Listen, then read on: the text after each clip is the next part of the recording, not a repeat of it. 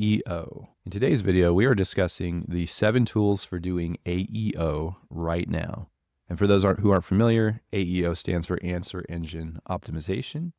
It is the very close sibling to SEO, but of course it has more to deal with the AI search realm and less about the organic search realm, which is what SEO traditionally had to do with. And I think this is an interesting article because it does mention several LLMs that I know you all are interested in.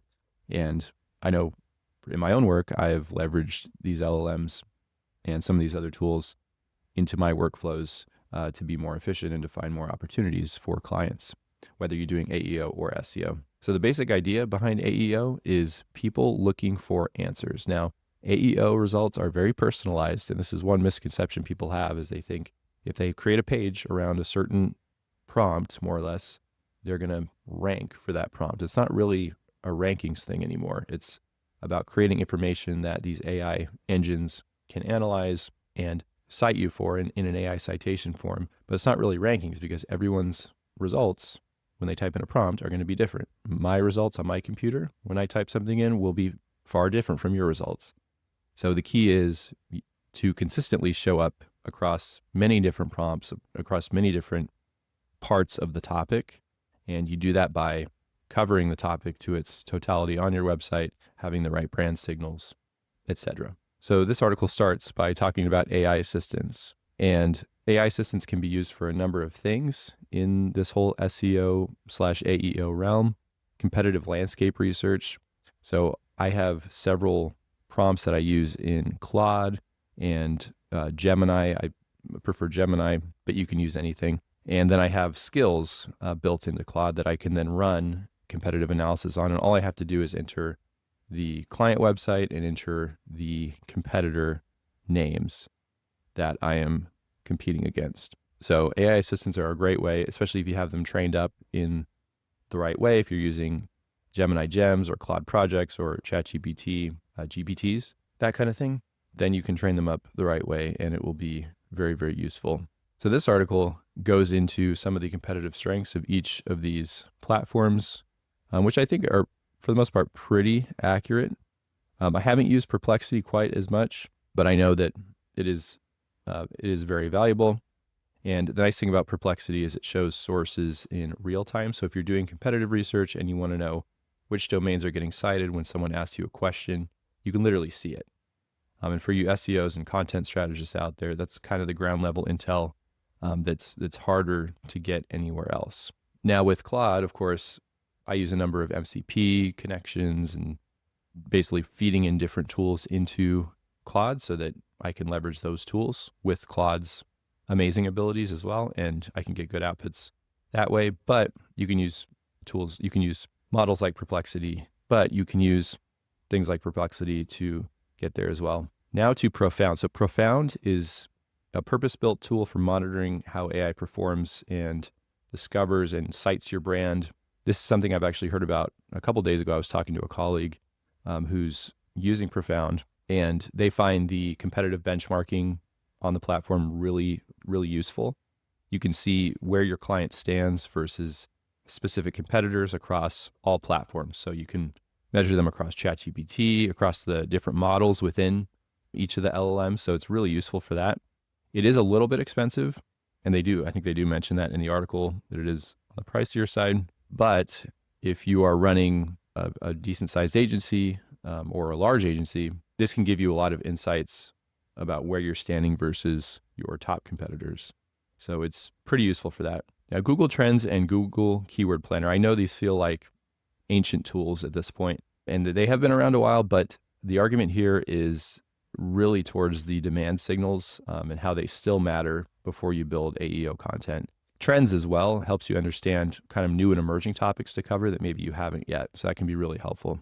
If you're going to optimize for an AI answer, you still want to know whether people are actually asking that question in enough volume to justify the investment.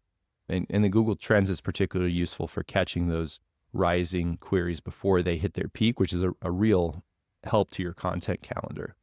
Now, the honest limitation is that neither of these tools reflects AI native query behavior. They're measuring traditional search, right? So you use them with a kind of a directional proxy You don't get the full picture, but I think it does give you a baseline idea of what's trending, what's emerging, and what you can get on top of from a content standpoint.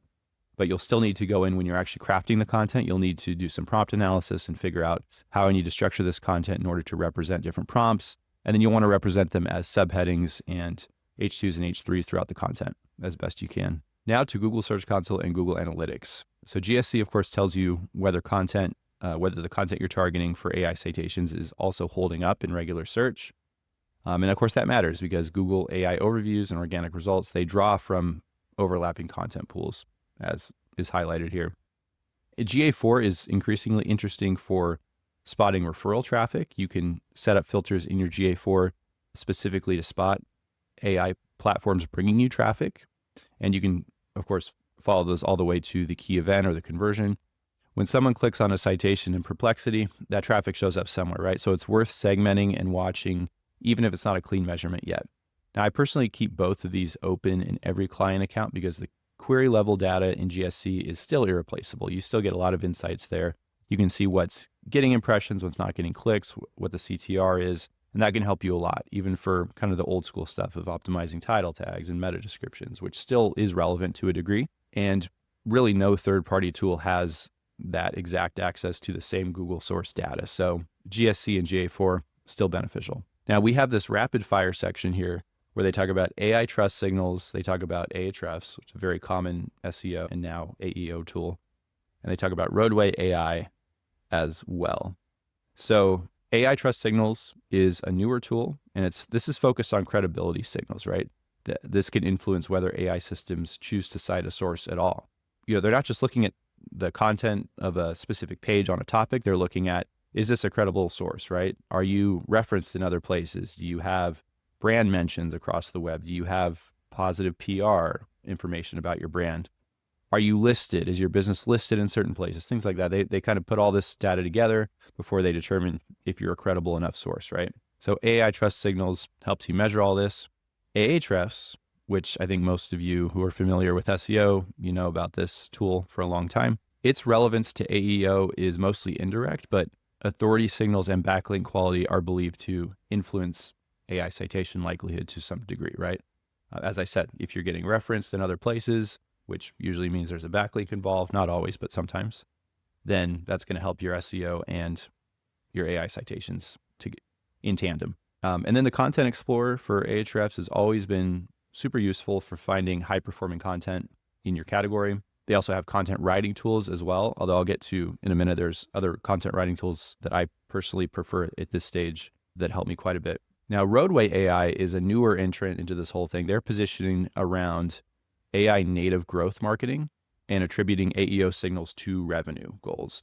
So it's worth keeping an eye on them. It's too early to have kind of a strong opinion. I don't know a lot about them, but it is interesting that they're mentioned here in this article. Now, the biggest takeaway from all this is that AEO is real. It's happening now. We've had a lot of conversations with clients about how AEO is very different from SEO. I think anyone who tells you that, oh, if you do SEO, you're going to automatically rank in all of the LLMs, I think that's just not true. Just not true by virtue of how those LLMs process information is totally different from traditional Google. So be mindful of that. But I think there is overlap in a few key areas. And I think using tools like this kind of helps you identify the gaps and the overlaps in what your current strategy and helps you improve that as well. Now, when it comes to the tools themselves, I would honestly start with the free ones. I would use ChatGPT, use Claude, use Perplexity, use all these tools to their limits. Gemini has pretty good limits as well on the free plan. I would just milk those as much as you can for free before having to update to one of the $20 plans. But even once you do update to that pro plan, it is well worth it. Especially like if you're using Claude, $20 plan, that's enough money to use bring any MCP. Try that again. If you're using the Claude $20 a month plan, that's enough to bring any MCP into Claude, which makes it a superhero. So definitely recommend that. But yeah, start out free and then work your way up to the higher end levels. Now, when it comes to creating content, I use a combination of things. My go-to for outlining and doing competitive analysis and just getting kind of the general lay of the land for what the page should look like, I use PageOptimizer Pro. This is a tool I've used for the better part of 10 years, maybe by now, maybe more.